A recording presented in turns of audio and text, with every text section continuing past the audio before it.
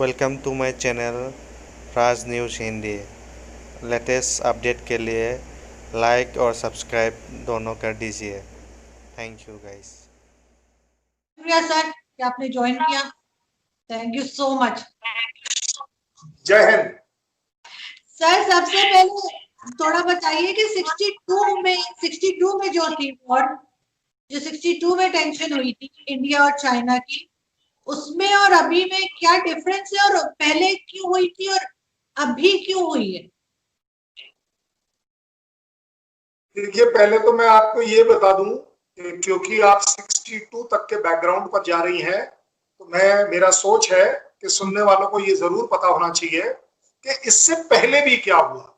इससे पहले चाइना का यूनाइटेड नेशन में जब सिक्योरिटी काउंसिल के लिए नाम नॉमिनेट होना था, तो वो जवाहरलाल नेहरू ने तक सपोर्ट किया था, जबकि इंडिया उस समय जा सकता था। लेकिन उन्होंने उस समय के जो भी सर्कमस्टांसेस हों, उस समय के जो भी मजबूरियां हों जवाहरलाल नेहरू के लिए, लेकिन ऑफिशियल स्टैंड यही है कि इंडिया ने यूनाइटेड नेशन सिक्योरिटी काउंसिल में भी उनके जाने का सपोर्ट किया। तो इंडिया और चाइना ट्रेडिशनली एक अच्छा बैलेंस्ड रिलेशन रखा करते थे।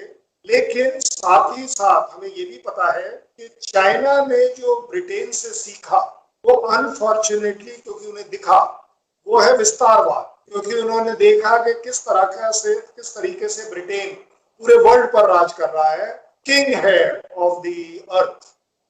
हमने भी, इंडिया ने भी उससे सीखा। लेकिन इंडिया ने क्या सीखा कि इस तरह किसी भी देशों को दबा कर रखना, उनकी पब्लिक के ऊपर अत्याचार करना, ये अच्छी बात नहीं। सो दोनों कंट्रीज के कैरेक्टर अलग हो गए। इंडिया का कैरेक्टर हो गया कि यस, हमें किसी को भी दबाकर नहीं रखना चाहिए, हर देश को सेल्फ डिटर्मिनेशन का अधिकार होना चाहिए। लेकिन चाइना ने अनफॉर्चुनेटली सीखा कि अगर मैं किसी जगह पर ट्रेड करता हूं, उस पर राज करता हूं, तो ये अपने आप में आसान तरीका है, और अपने देश को रिच बनाने का ये एक बड़ा तेज तरीका है। इस वजह से आज इन दोनों चीजों को अगर हम देखें, तो उसका जीता जाता उदाहरण है कि जब इंडिया ने बांग्लादेश बनाया तो उस पर राज करने का सोचा नहीं, लेकिन चाइना ने उन 23 कंट्रीज के साथ जो बॉर्डर डिस्प्यूट आज तक रखा हुआ है, वो अपने आप में दिखाता है कि विस्तारवाद है या नहीं। दूसरा, उसने जो एक बड़ा बढ़िया काम किया वो था इकोनॉमी। उसने पिछले 30 साल में सिर्फ और सिर्फ अपनी इकोनॉमी डेवलप करी, और उसके बलबूते पर आज हम देखते हैं वर्ल्ड की कोई कंट्री नहीं है जो उसे सलामी ना कर रही हो। हमारा आज उसके साथ प्रॉब्लम है, लेकिन इंडिया भी उसे ट्रेड के मामले में सलामी करता है। बात आ गई 62, क्योंकि 47 के बाद से जो ब्रिटिशर्स ने हमारे बॉर्डर्स डिसाइड किए, चाहे वो पाकिस्तान के साथ किए, चाहे वो चाइना के साथ किए, चाहे वो कहीं भी करे, उसमें चाइना ने इंश्योर किया कि वो उन बॉर्डर्स को एक्नॉलेज नहीं करता था। और उस वजह से उन्होंने जब 62 में एक फोर्स भेजी, वो इस हिसाब से भेजी थी कि यस, जो एरिया हम क्लेम करना चाहते हैं हम वहां तक जाएंगे। लेकिन अनफॉर्चुनेटली आप ये भी देखिए कि उन्होंने उन जगहों से विड्रॉ किया। मैं बड़ी जिम्मेवारी के साथ कहता हूं, मैं तवांग में रह चुका हूं, अरुणाचल में रह चुका हूं, इसलिए कह पा रहा हूं, वो वहां से लेकर भालुकपोंग तक आए।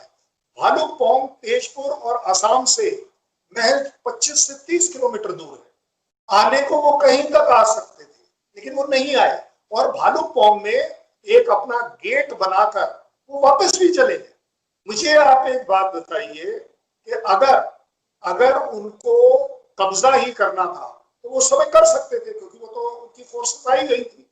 लेकिन उनको मालूम था कि लोकल सपोर्ट नहीं है, लोकल्स उनके साथ नहीं है। इस वजह से उन्हें वापस जाना पड़ा, क्योंकि उन्हें पता था कि अगर हम यहाँ रहेंगे तो तिब्बत से लेके अरुणाचल तक उन्हें तकलीफें होती रहेंगी। जहां तक आपका सवाल है कि 62 और अब में क्या फर्क है, विस्तारवाद के पॉइंट ऑफ व्यू से कोई फर्क नहीं। सबसे बड़ा फर्क चाइना के लिए और इंडिया के लिए यह है कि 1962 में इंडिया हिंदी चीनी भाई भाई और पंचशील का राग अलाप रहा था, उसमें बहुत स्ट्रांगली बिलीव कर रहा था। जो उस समय के हिसाब से शायद सही भी हो सकता है, उसको आज अगर हम इवेल्युएट करें तो मेरे ख्याल गलत हो जाएगा, क्योंकि उस समय चीजें पंचशील और हिंदी चीनी भाई भाई के हिसाब से ठीक चल रही थी। लेकिन बॉटम लाइन रिजल्ट क्या निकला कि वो हमारे लिए उल्टा पड़ गया और हमने देखा कि हम काफी टेरिटरी तब से लेकर अब तक लूज करते चले गए। इस बार जब उन्होंने वही काम किया है जो वो सैकड़ों सालों से करते आ रहे हैं, सभी जगहों पर करते आ रहे हैं, कहीं पर जाएं, अपनी एक लाइन बिछाएं और वापस आ जाएं, उसको हम कभी भी इवैल्यूएट कर लेंगे। तो ये चाइना की जो पॉलिसी है उसको इस बार धक्का लगा कि जब उसने इंडिया के साथ वही पुराना तरीका अपनाया, तो इंडिया ने जिस तरीके से उसको प्रोटेस्ट किया है, इंडिया ने उसको जिस तरीके से कंटेस्ट किया है, इंडिया ने उस जिस तरीके से उन्हें इसको ना करने के अलावा एग्रेसिवली इसके बदले में जो कुछ किया है, वो मुझे लगता है चाइना को इस बार रास नहीं आ रहा। तो सर पाकिस्तान को आप कैसे देखते हैं कि पाकिस्तान का क्या रोल है बीच में? आपको जैसे मैंने पहले कहा कि भारत हमारा जाहिर है एक पड़ोसी है, एक नेबर है, और चाइना के साथ हमारे दोस्ती भी है, हमारे बिजनेस रिलेशन भी है, हमारी इकोनॉमी जुड़ी हुई है। तो आपको क्या लगता है कि बहुत सेंसिटिव पोजीशन पे नहीं आ गए हम लोग? देखिए, अनफॉर्चुनेटली पाकिस्तान इसमें सबसे ज्यादा सफर करेगा, क्योंकि चाइना पाकिस्तान को मोहरा बनाने की पूरी कोशिश करेगा। अभी तक पाकिस्तान शांत है, पाकिस्तान उतना वर्बली बहुत जोर शोर से चाइना का सपोर्ट वर्बली नहीं कर रहा। ग्राउंड पर भी ऐसी कोई हरकतें अभी तक पाकिस्तान ने नहीं करी हैं जिसमें एक ये ट्रायंगुलर प्रॉब्लम हो जाए। मुझे लगता है पाकिस्तान इस बार काफी जिम्मेदारी से काम कर रहा है, जो उसे करना भी चाहिए, क्योंकि देखिए मैं समझता हूं कि हर देश की मजबूरी है इकोनॉमी, और अगर इस समय इकोनॉमिकली पाकिस्तान चाइना से गेन करता है तो वो उस गेन को छोड़ना नहीं चाहेगा, छोड़ना चाहिए भी नहीं। गलत है या सही है वो अलग बात है, लेकिन पाकिस्तान के अपने पॉइंट ऑफ व्यू से अगर उसे लगता है कि सीपेक से हमें बहुत फायदा होने वाला है, हमारे देश की इकोनॉमी टर्नओवर हो जाएगी, हमारे देश की इकोनॉमी, पाकिस्तान देश की इकोनॉमी शायद चाइना के मुकाबले पर आ जाएगी, और ये अपना अपना सोच विचार है, आपका अपना थिंक टैंक है जो उसके बारे में सोचेगा। लेकिन साथ ही साथ मैं पाकिस्तान को अप्रिशिएट, जिम्मेवार इसलिए कह रहा हूं कि अब तक उसने ऐसी कोई हरकत नहीं करी है, बड़ी जिम्मेवारी से वो काम कर रहा है कि दो कंट्रीज के बीच का डिस्प्यूट है, ठीक है, एज पाकिस्तान हम चाइना के ऊपर डिपेंडेंट है, मॉरली सपोर्ट करते हैं, लेकिन जरूरी नहीं है कि इसके लिए हमें खुलकर सामने आना चाहिए या एक और नई प्रॉब्लम करनी चाहिए। उसका सबसे बड़ा रीजन ये भी रहेगा कि अगर पाकिस्तान किसी भी वजह से चाइना के कहने पर लेट अस से इंडिया का नॉर्दर्न फ्रंट खोल देता है, आपको क्या लग रहा है कल सवेरे चाइना आपको सारा सामान दे पाएगा? ये आपको भी पता है चाइना नहीं दे पाएगा, और उसमें अल्टीमेट सफर कौन होगा? अल्टीमेट सफर पाकिस्तान सिर्फ इसलिए होगा क्योंकि आज की तारीख में कंपैरेटिवली इंडिया इकोनॉमिकली आपसे शायद थोड़ा अच्छा है, बहुत अच्छा है, सुपर अच्छा है, ये सब बोलने के तरीके। लेकिन जब हम इकोनॉमी की बात करें तो अगर हम 3 कंट्री में बात कर रहे हैं, इसमें कोई डाउट नहीं है, economically China is a super power, I am prepared to accept that.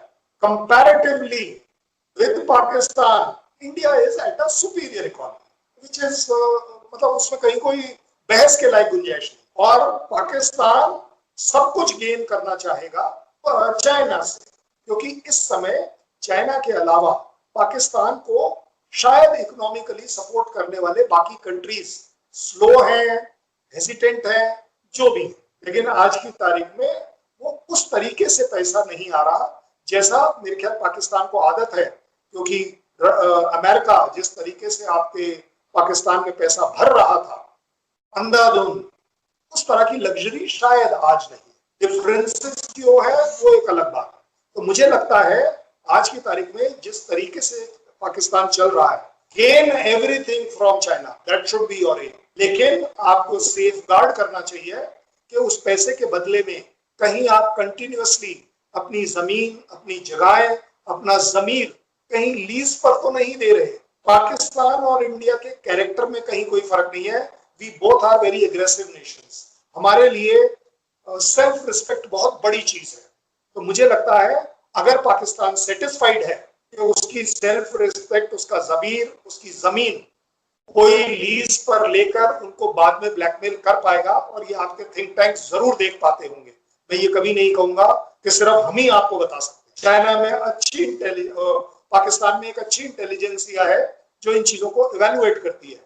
सो कृपया कर पाकिस्तान को मेरा छोटा सा सुझाव होगा, जरूर पैसा लीजिए, जरूर पैसा कमाइए, जरूर डेवलपमेंट करिए, जरूर इकोनॉमी स्ट्रॉन्ग करिए, बट नेवर एट अपना जमीर को अलग रखिए, अपनी जमीन को अलग रखिए, और इसे चाइना को गिरवी बिल्कुल मत दीजिए।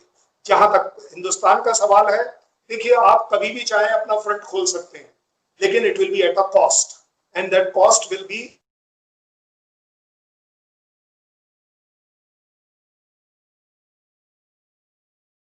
जी sir. that cost will be at the cost of manpower, at the cost of money, at the cost of economy, at the cost of friends। जो आपके पाकिस्तान के अभी भी बचे कुचे फ्रेंड्स हैं, पहले ही वो कम हो रहे हैं, वो पहले ही धीरे धीरे अपना हाथ आपके तरफ से खींच रहे हैं। उसे खींचने मत दीजिए, उनको एक चांस और बिल्कुल मत दीजिए कि लोग आपसे अलग होते चले जाए। देखिए हमने काफी डिबेट्स में देखा है कि पाकिस्तान के एंकर्स और जो गेस्ट हैं वो हमसे बोलते हैं कि जी आपके यहाँ क्या हो रहा है। देखिए हमें एक्चुअली कोई फर्क नहीं पड़ता कि पाकिस्तान के यहाँ क्या हो रहा है, लेकिन जब इज्जत से आपस में